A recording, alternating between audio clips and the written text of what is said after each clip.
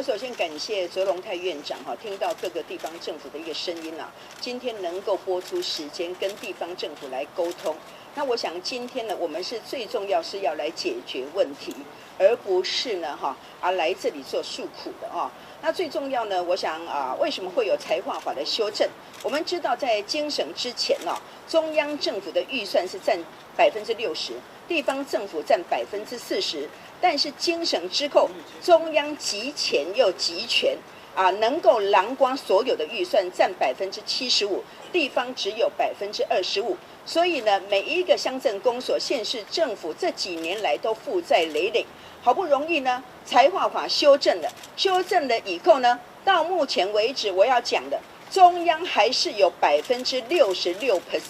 地方政府占不到一半。所以今天说中央政府没钱，其实是不正确的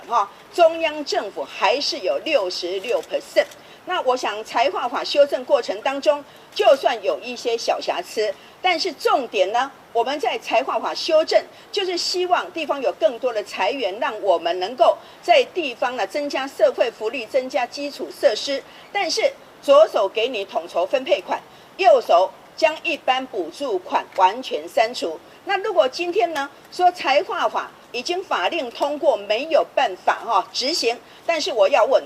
一般补助款是法定的预算，是定算的一个额度、一个经费，那为什么你可以任意删除地方的一般补助款呢？那大家都很清楚，知道一般补助款呢，除了人事费用，还有教育的基本支出以及基础建设，包括所有的社福，还有平衡预算。所以呢，为什么在一般补助款当中只有保存13%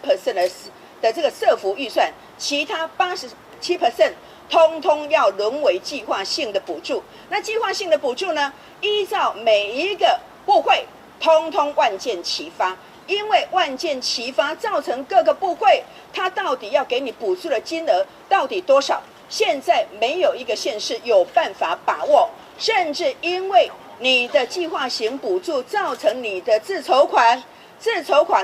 所以各个部会他要给你几%就几%，没有依据各级县市政府的一个财力定额的一个分配。所以今天问题出在哪里？今天问题出在财划法左手给你，右手砍掉你的一般补助款，针对计划型补助也任意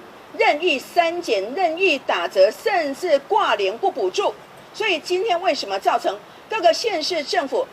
整个财划法过了以后呢，并没有增加预算，而是反而惹来更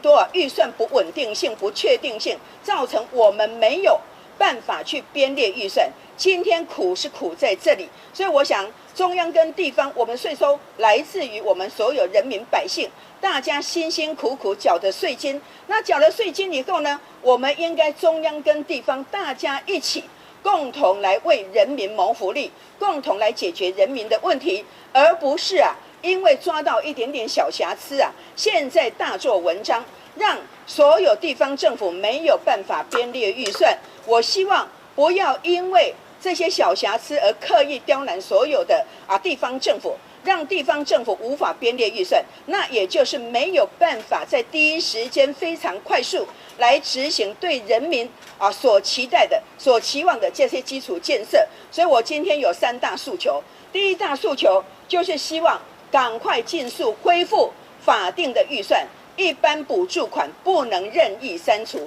这是我的第一个诉求。那第二个诉求呢，我希望在整个自筹款还是要依照所有各县市政府本身财力等级5等5级财力，你就是10% 的自筹款。如果4级财力，就是跟以前一样17% 的自筹款，不能呢半年内做好几次调整。以前呢可能10%，现在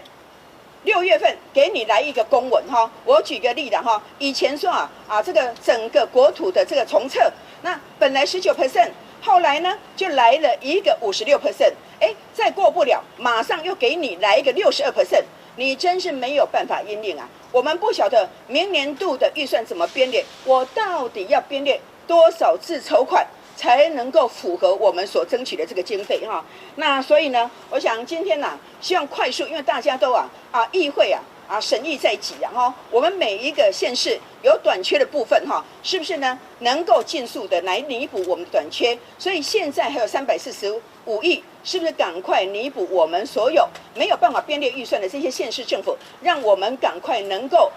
议会的审查，赶快尽速能够编列预算，能够经过议会审查以后，我们赶快来执行地方所有乡亲对我们的期待。那我这一张呢，就是所有的这个等级哈。所有县市财力等级分配，以前如何将县市财力的等级呢做分配？希望以后也是如此的分配，不要让我们